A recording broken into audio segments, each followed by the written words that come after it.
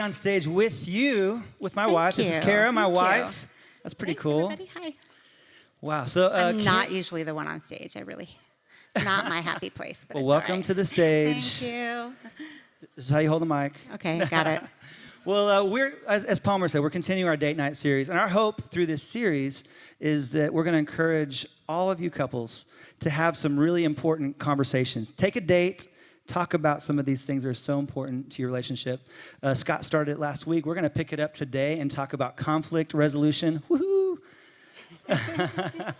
But it's something that we've learned the hard way and come a long way through the years. And so we're going to share some of our story with that. But Cara is from the cornfields of Iowa. That's where she grew up in rural Iowa. And then you came down to Texas after that. And that's where we met. Yep. You went to school at Dallas Theological Seminary, where she got her master's in biblical studies. Mm-hmm. She's the brains in our relationship, for sure. And the beauty. Brains and the beauty is what I say. But so she came to Texas. The way we met in Dallas was we both started working at the same Starbucks coffee shop. So I actually brought some coffee this morning. I'd love some, thank you. And we still love coffee to this day. It's one of the ways we take dates sometimes is we go on coffee dates. And we enjoy coffee, and then I didn't get very much coffee. Oh, you're so kind. You gave me most of it. But we take that time to talk through life and check in with each other, hear what the other person's up to, just time to be curious about each other. And so in Texas, at that Starbucks, we became friends. That friendship grew into a best friendship after 2 years. And her plan was to graduate from Dallas Theological Seminary and then move to the other side of the world, to China, to teach English there. And that was devastating me because I was about to lose my best friend. So that's when I made a move and professed my love to her. Thankfully, she felt the same way about me. And so I asked her out. We started dating. We dated for 3 whole months, and then I popped the question. We were engaged for 3 whole months, and now we've been married for 23 years. Thank you for not going to China. Thank you. You're welcome. Thank you. But we also have 4 kids, and that's been a part of our journey was starting a family. And our oldest son is actually doing the sound this morning. He's been joking all week about how he's going to make his mom's mic feedback this morning. So don't do it, Ethan. Do not. Watching you. But we're going to pick up in this series talking about conflict resolution. We've called this Agree to Disagree. And we're going to pick up in Song of Solomon. And I love this chapter because Solomon is so eloquent in the way that he flatters his love, and he spells out all these beautiful things about her hair is like sheep coming down the Mount of Gilead, and things like you like to hear, babe. Oh, perfect. Yes. and he's showering her with compliments, but then he says this. He says, "Catch the foxes, the little foxes that ruin the vineyards, our vineyards that are in bloom." And I think in a marriage, there's things that creep in over time that can be really harmful, things that can damage the relationship if they're not addressed and repaired. So we're going to talk about some of those foxes this morning and how we can do our best to get rid of them. I think one of the greatest myths of marriage is that never fighting and never disagreeing is a sign of a healthy marriage. And it's just not true. Raise your hand if you've been in an argument before. If you've been in a disagreement. See, we're not alone in that. It's a part of the human experience. We have to have the hard conversations. And just because you don't fight, that doesn't mean that you necessarily have a healthy marriage. Cara, you see this in your practice. Yeah. I do have some couples who come in for marriage therapy saying, hey, we never fight, but we've grown apart.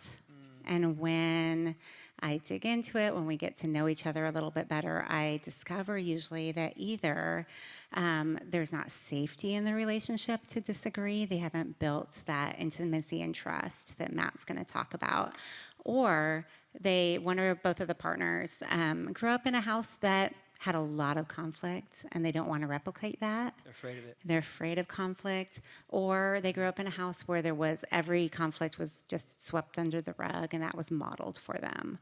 Yeah. But what we know is that if we never argue, we're limiting our capacity to resolve things, and those things just keep getting swept under the rug. Yeah. Now, you've said that in a relationship, in a couple, there's usually, almost always, a pursuer and a withdrawer. And we figured out in our relationship that I'm usually the withdrawer, you're usually the pursuer. What does that mean? Yeah, so that just means that in conflict, when things aren't going great in the relationship, one of us, we have two different strategies typically that we see in a relationship, strategies for protection. One is the pursuer, and the pursuer feels a lot of anxiety around the disconnection and wants to like, come on, let's fix it. But sometimes that pursuit is actually in a way that pushes the person away. And that pursuit could look sometimes like nagging, criticism. It could look like micromanaging. We never have any of that. No, I never do that. Thank you. And then the withdrawer strategy is the withdrawer is usually the one who feels a lot of anxiety if there is conflict and heightened emotions. So they'll tend to shut it down. During conflict, they might disengage from the conversation in ways like checking work emails or saying, I've been guilty of this. or in saying, the middle of the conversation, are you checking your emails? just a minute here, buddy. Sorry, withdraw. Or saying, I know you're right, but in maybe a less than sincere tone. Also never happens in our house. So it's helpful, though, to figure out if you're the pursuer or withdrawer, right? Because then you can have a strategy for that. Yeah. One thing that Cara has shared is that a lot of the arguments and disagreements that we have are actually rooted in things that might never change because it's a personality difference or we're wired a little different. And for us, we saw that really quick when we got married because we had known each other for 2 years, but then over 6 months of time, we dated and married, and then we started this life together. So we had a lot of learning to do. And I grew up in a family where we went camping on the weekends. So we would pack up the van, put the tent in there, sleeping bags, and we'd go find campsites at state parks. And that was what we did throughout my whole childhood. That was our getaways. And so I had this vision of our family together being that, and that we were going to go have these amazing camping adventures together. So after we got married, a few months later, it was the first spring break that we had together, and I had this amazing idea to go camping together. So we packed up our car in Dallas, and we were going to the Grand Canyon, not close to Dallas. So we had this big road trip. Keep in mind, this was before the iPhone existed.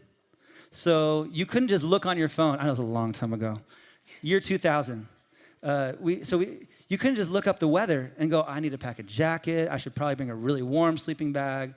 No, so we thought Arizona, it's the desert. It's going to be warm and sunny. So we're driving through the desert about where that meteor crater was, and we see all these clouds covering Flagstaff, the big mountain there. And as we pull into Flagstaff, it starts blizzarding.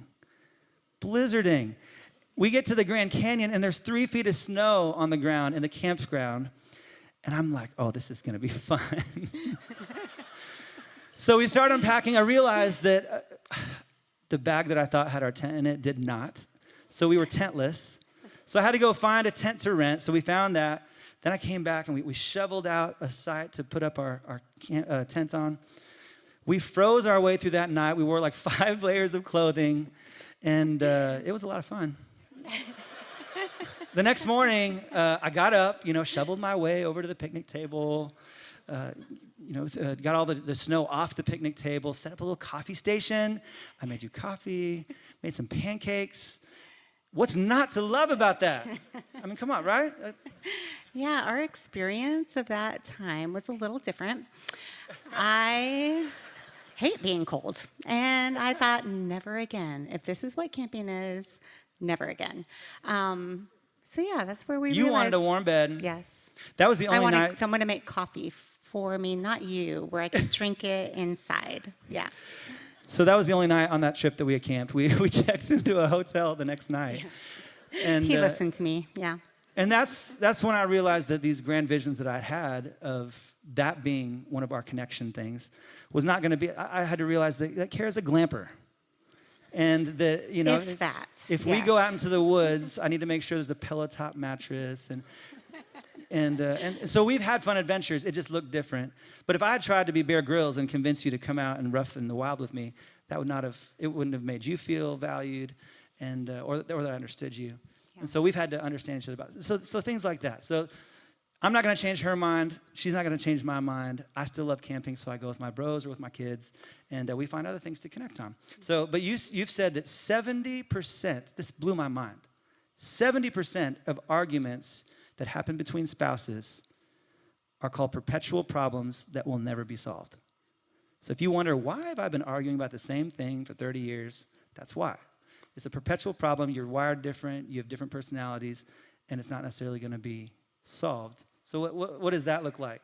Yeah, so perpetual problems, they're, like you said, they're because of personality differences, lifestyle preferences, maybe differences in activity level, differences of what we think is fun, differences in how the holidays should be spent, differences in whether camping qualifies as vacation or not. And you can't solve your personality differences or preferences, and you shouldn't want to. So what should you do? We should lean into understanding and curiosity in those times. Okay. Understanding that disagreements around these things are not a threat, they're an opportunity to get to know our spouse better. Disagreements are not a threat.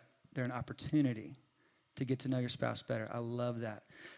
And when you identify those perpetual problems, you can start to accept your partner for who they are. And instead of it being a point of contention, I mean, that could have been something that irritated me about you and you, me, for years. Instead, like we found other things to connect on. And I love you for who you are, the non-camper that you are. Thank you. So at the core of managing conflict, especially those perpetual problems, is accepting your partner for who they are. Just like Josh said, when you accept what you can't change, it kind of releases that pressure that you're feeling that maybe I feel a little bit to micromanage or to change that person. That's not my job. My job is to lean into curiosity and understanding and acceptance. But what if I just want to change you? Well, you can't. Sorry.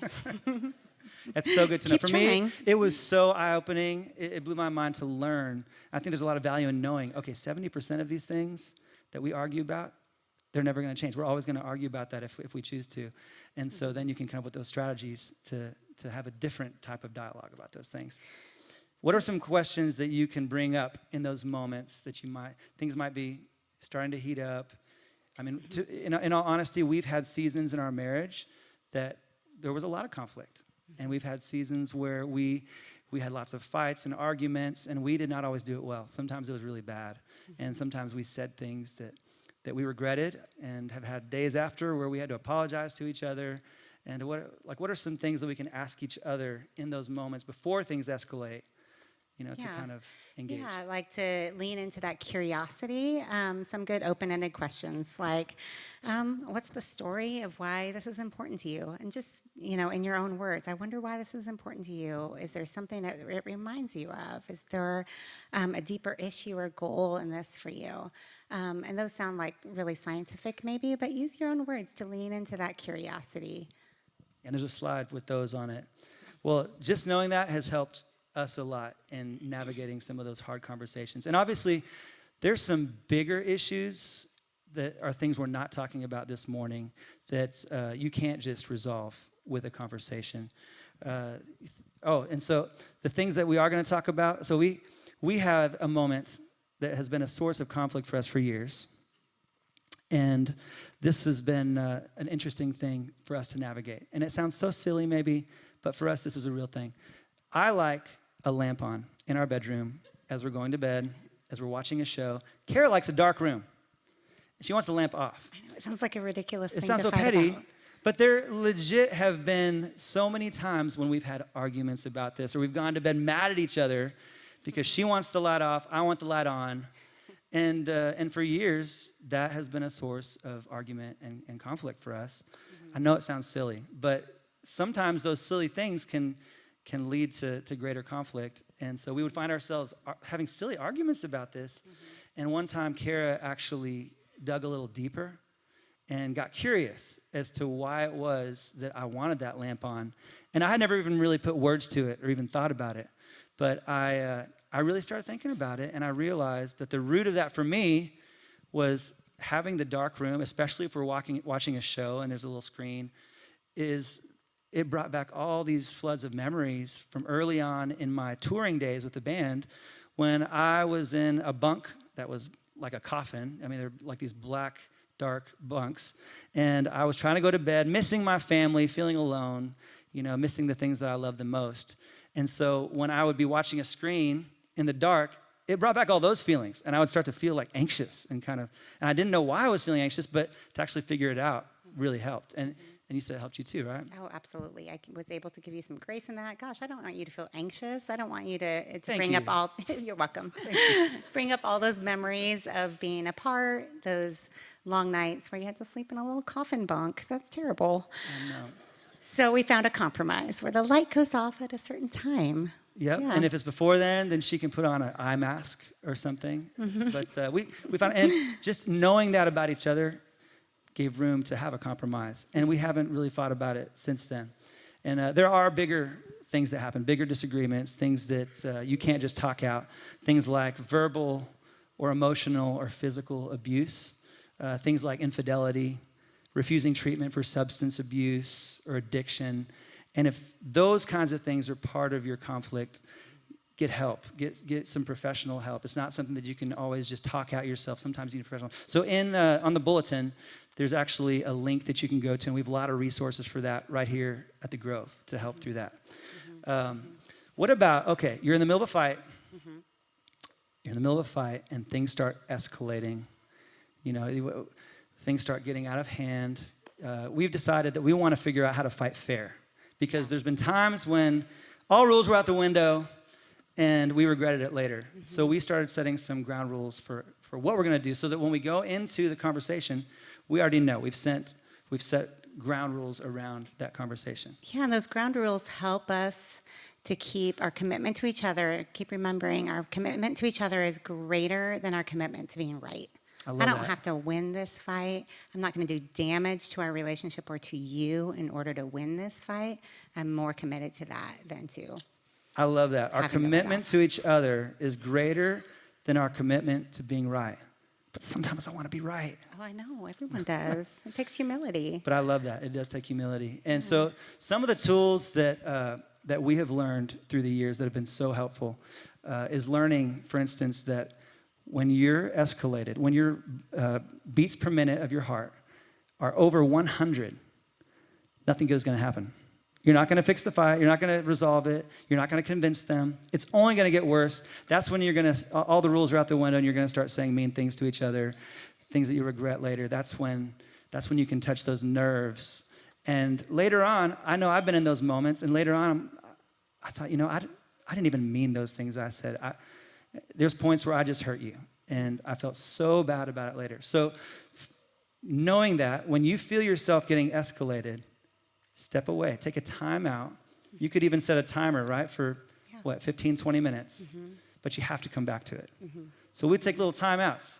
And having this conversation on your date night is important because you both have to play by the same rules. So if you call a timeout, I can't be like, no, we're gonna do this right now. Yes, it's important to set the ground rules ahead of time, for sure. And like Josh was saying, if your heart rate is above 100 beats per minute, man, that's when your nervous system is in fight or flight. That's when your prefrontal cortex kind of goes offline, your reasoning skills, your verbal skills go out the window, and you're just in kind of this panic mode. It's not a good time to have those important conversations. Nope, not a good time. No. Nope. Another rule that we have is, and we have had times when we had to come back to it the next day, because it wasn't going to happen in that moment. We needed a little bit longer break. But it's so important. You have to come back. You can't sweep it under the rug and wake up the next day and go, oh, I feel better. I've forgotten about it, because it will come back and rear its head in some way at some point. But we've made the rule in our home that we always sleep in the same bed.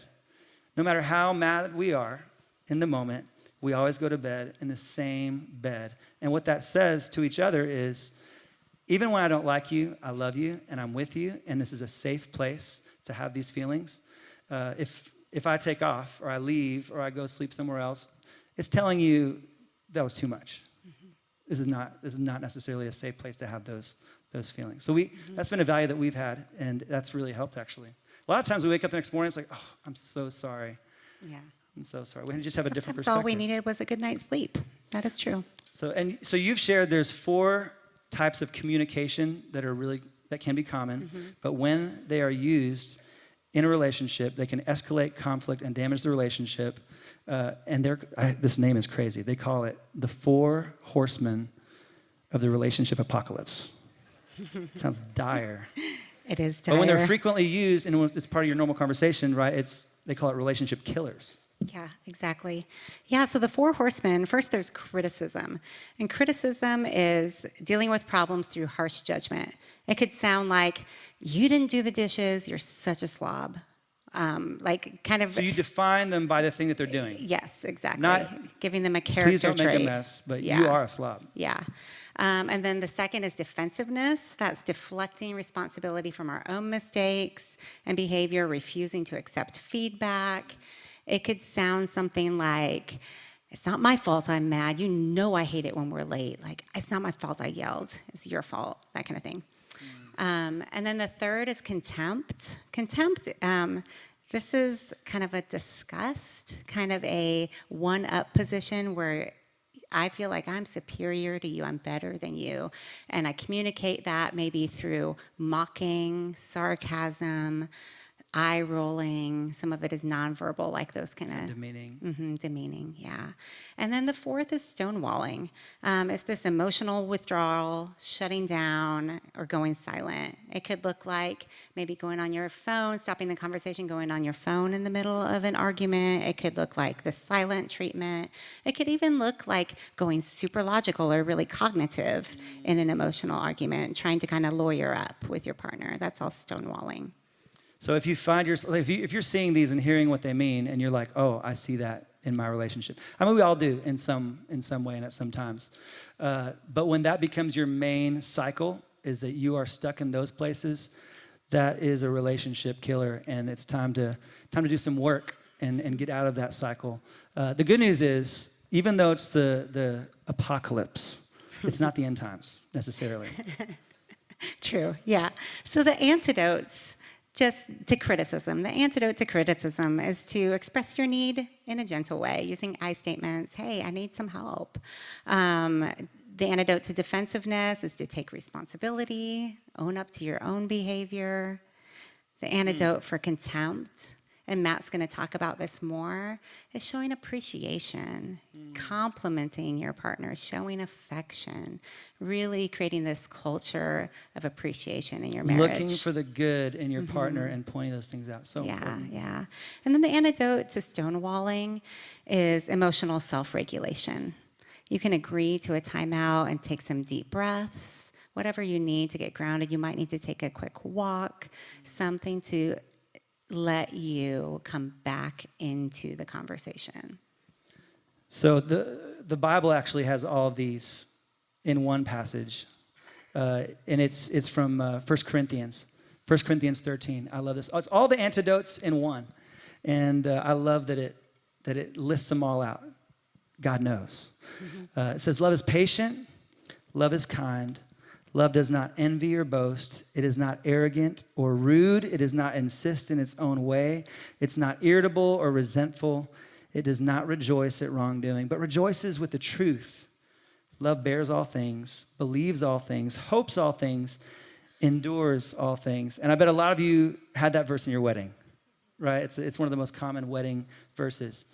So what about after we've been through, we've worked on these things, we don't want to be defensive, we don't want to have contempt for our partner, we don't want to stonewall. At the end of those conversations, we have to apologize, right? That's sometimes the hardest part. Yeah, it is.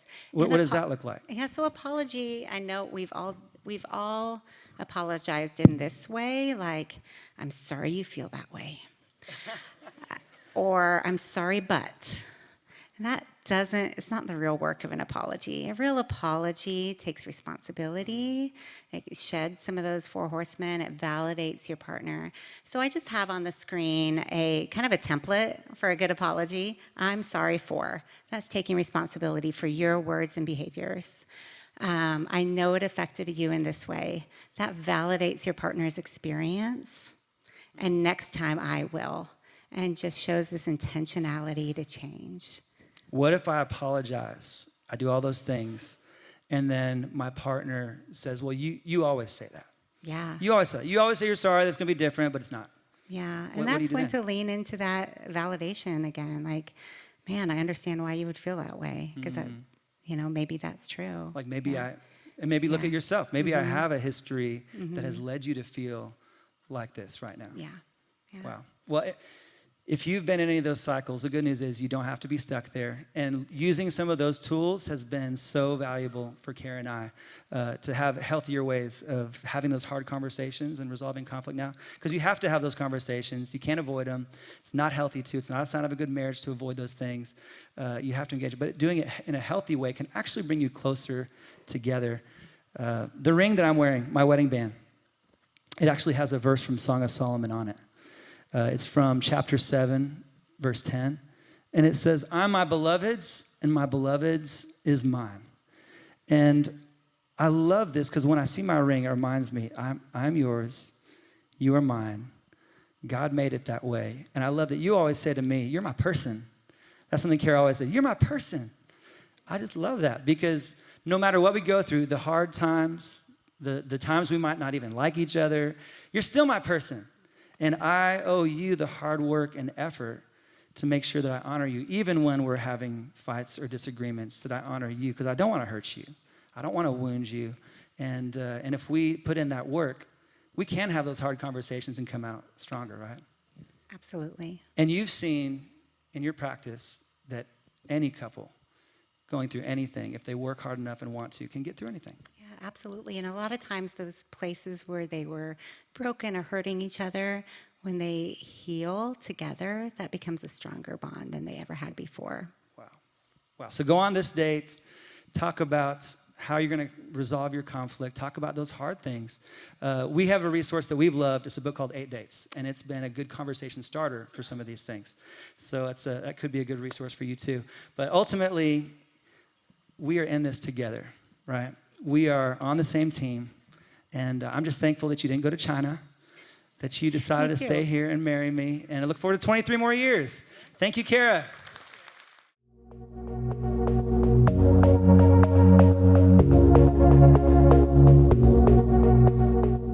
Well, that's hard to follow, let me tell you.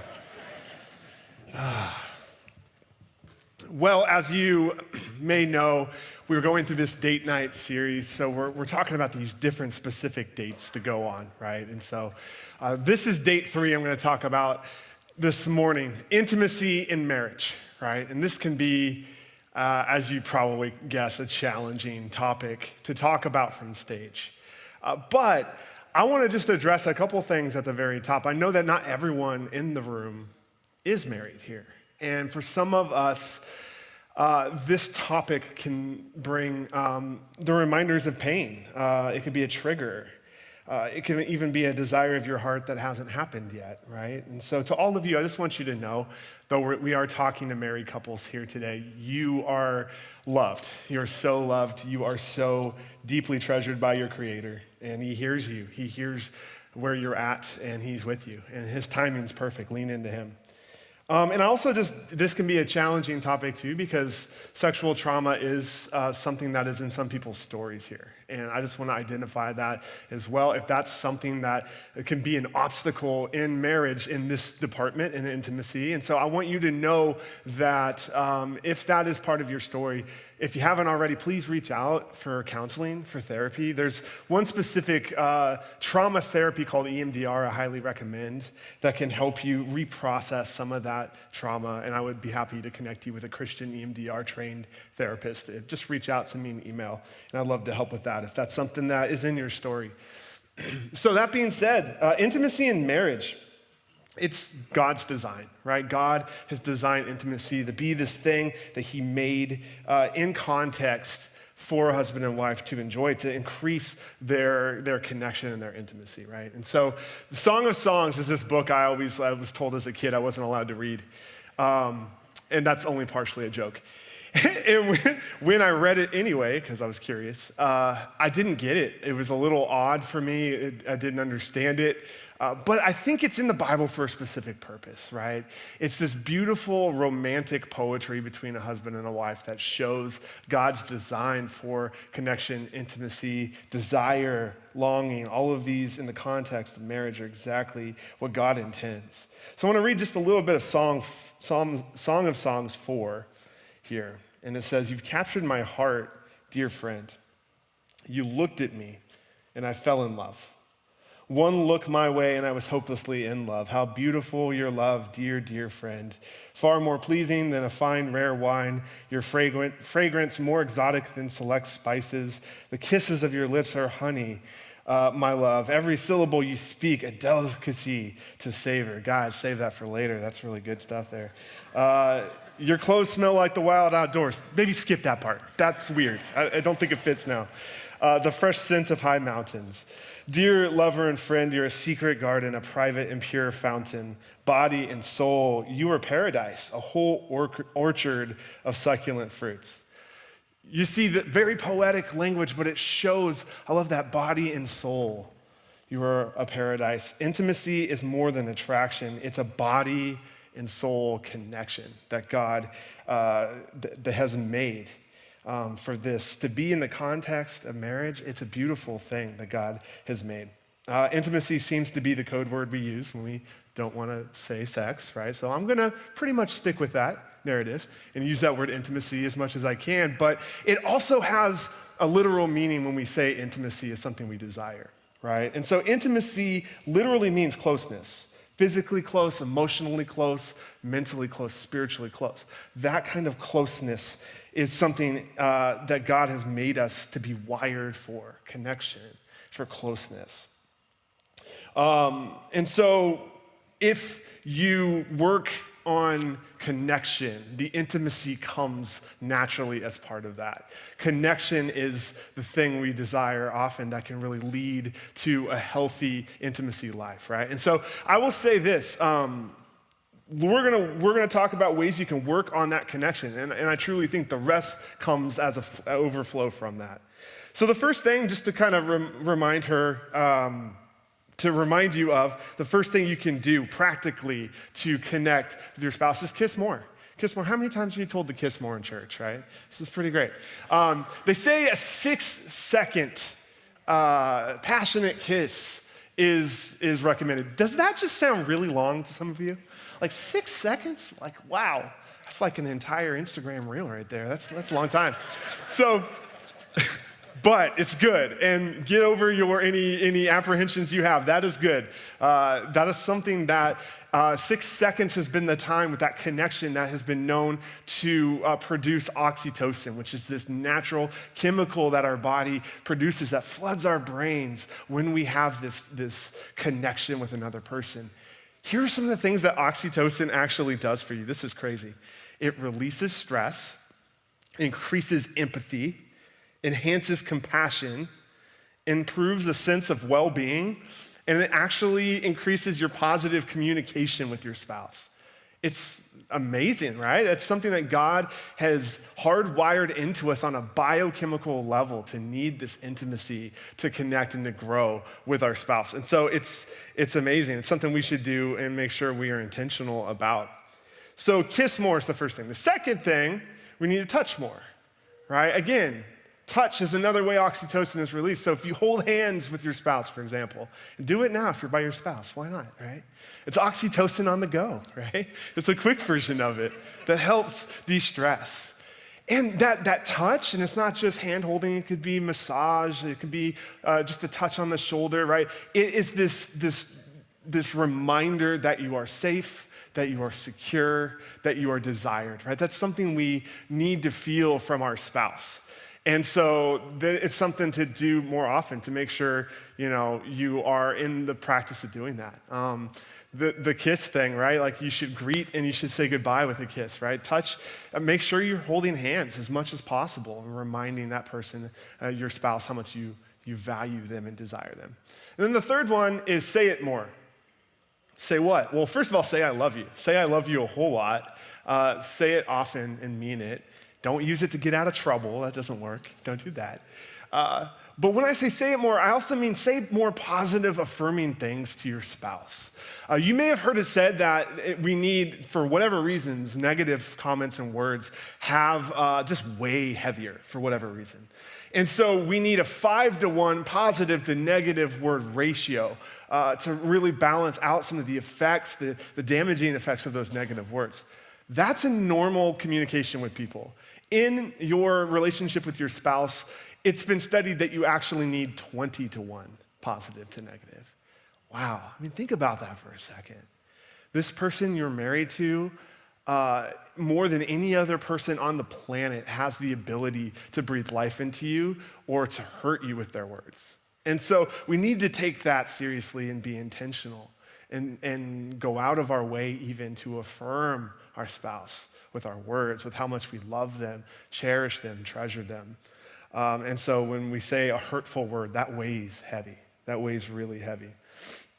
It's something just to keep in mind, even when you're not with them, to reach out and try to affirm throughout the day. So we have this awesome thing where we can text each other, you can make phone calls as much as possible. Reach out and text and say affirming things through a text message, even flirty things, I'll allow it, right? And so make sure, though, that's just a way that you can steal some connection throughout your day when you aren't with your spouse all the time.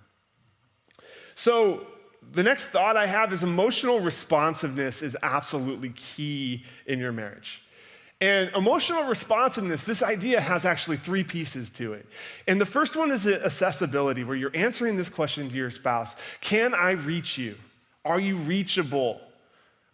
Some people in your life are incredibly accessible, right? Others are, they're not going to answer the phone. They're going to leave you on red, right? Your spouse should not be one of those people, okay? You need to be accessible to each other. But I don't just mean physically accessible. I'm talking about emotionally accessible, right? Are you accessible to each other's emotional needs? Are you emotionally open?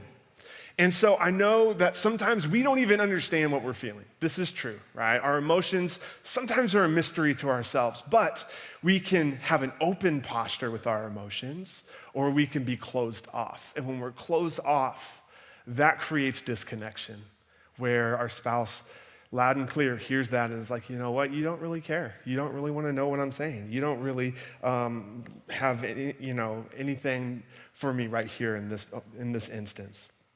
And so be accessible to them. Secondly, responsive. Responsiveness is key in your emotional connection. Can I rely on you to respond to me emotionally? Can I rely on you to respond to me emotionally? In other words, when I'm telling you things that I'm feeling, do you care? Are you indicating with your facial expressions? Are you indicating with your words that you are with me? You have to tune in to your spouse. You have to tune in and lean in and make sure you're hearing what they're saying. Their needs, their emotions, their fears, they need to look like they're having an impact on you when you receive them. That goes a long way. And finally, engagement. Do I know you will value me? Do I know you will stay near me? That's what this engagement answers. The word engaged itself actually defines as absorbed, attracted, pulled, captivated, pledged, and involved. Are you involved and connected? Well, we need to beware of distractions, right? Because distractions can send the signal that you're not engaged. They can send the signal that you're not accessible or responsive, right? And so there are lots of different ones, and this is by no means an exhaustive list, but I'll say this. Time is one of these things that has a way of filling itself if we don't plan otherwise.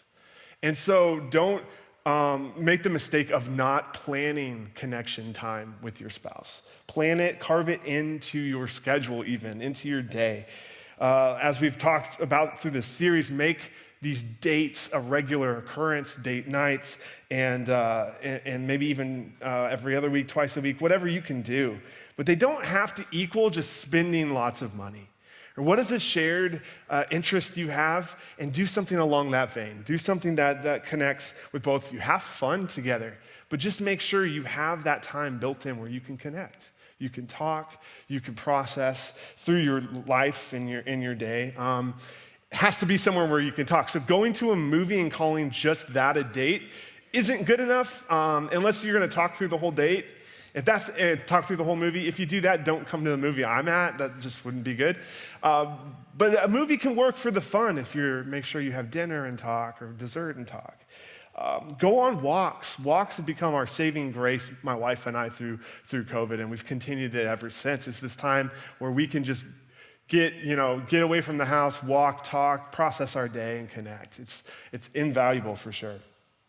The next distraction I put here, put the phone down, Matt. Well, that's for me. But for you, put the phone down in whatever your name is, right? The phone, isn't it funny that this device that was created for connection can cause so much disconnection if we're not careful? Chick-fil-A did something brilliant years ago. I don't know if you remember this. They put these little boxes on all their tables when you dined in, and they called them phone coops. And if you put your phone and every other family member's phone in the box and you kind of put it to the end of the table and you didn't touch the phone for the whole duration of your meal, you could get up and everyone could get an ice cream cone at the end for free. Right? Isn't that brilliant? I love that. We need a version of that in our homes, don't we? We need a version of that between us and our spouse. Maybe go build a box or something. And when you're having your connection time, the phones go in there and you don't look at them. And that is your way of declaring, hey, I'm with you, I'm present with you. This is a time that we've invested in connection and we're going to do that. And then finally, there's one study noted certain passion intimacy killers. So I want to kind of end with my thoughts on this one for you guys today. And so these are things that can just kill passion in a relationship, kill the moments of intimacy that should be there naturally. First of all, lack of affection, lack of flirting, connection throughout the day. Again, I know some of our jobs, we aren't able to text, we aren't able to call, I get that, but find a way to share affection throughout the day. Even writing a note and leaving it with them when they go off to work. Something like that could be amazing. But finding ways to show that affection, not just at the beginning and the end of the day, but throughout the day as well, goes a long way. The second one that can kill intimacy is too much left on the to-do list. Right? We got too much to do. We can't be intimate. We can't connect like that. We can't. So we cut that one off the to-do list, or it just doesn't happen, right? Or we're too tired, or we're too stressed. I would say make that a priority. Prioritize it. Make it something that you do not negotiate with. It must happen. We must do this together. We must have time where we can connect. Then emotional distance and intense conflict. And Josh and Cara talked about conflict a few moments ago. This is just a really practical challenge I have for you. Your living room probably has lots of seats in it, maybe multiple couches, right? Choose the seat directly next to your spouse the next time you sit down. Sit right next to them, because then it's more natural to hold their hand, put your arm around them, create a moment of connection there. And finally, feeling unappreciated. Feeling unappreciated can be a killer. And so it's one of the antidotes for the 4 horsemen of the apocalypse is creating a culture of appreciation. Creating a culture can be hard. It takes a lot of intentionality. Say, hey, thank you so much for how hard you work for our family. Say that more. Thank you for doing the dishes, doing the laundry, mowing the lawn. Like, thank you. I see you. I appreciate you. I love you, right? Creating appreciation through words, through actions, through intentional time, that can counteract all of these intimacy killers, really. So let's pray, and as I pray, I just want to pray a blessing over each marriage in this room. God, I pray that you be with each couple here, and as they desire to be closer to one another, I pray that you bless that. You bless their intimacy. You bless their connection. You bless their time.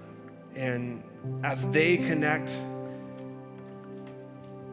it sets the tone for their entire home, a place of safety, a place of belonging, a place where they're wanted. And I pray they can do that and start that in their relationship as husband and wife, and it flow from there. Thank you, God, for creating us in such a way that it's good. The context that you've given us to be close, to be near, to enjoy one another that way. And God, so I pray that you be with us and go forward from this place. Allow us to grow closer and closer to you. In your name we pray.